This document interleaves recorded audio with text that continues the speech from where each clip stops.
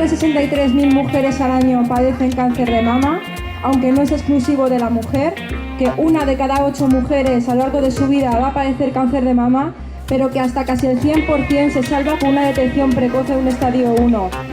No os olvidéis nunca de vuestra cita con el ginecólogo, de vuestra mamografía, porque hay cura si hay una buena prevención. Gracias.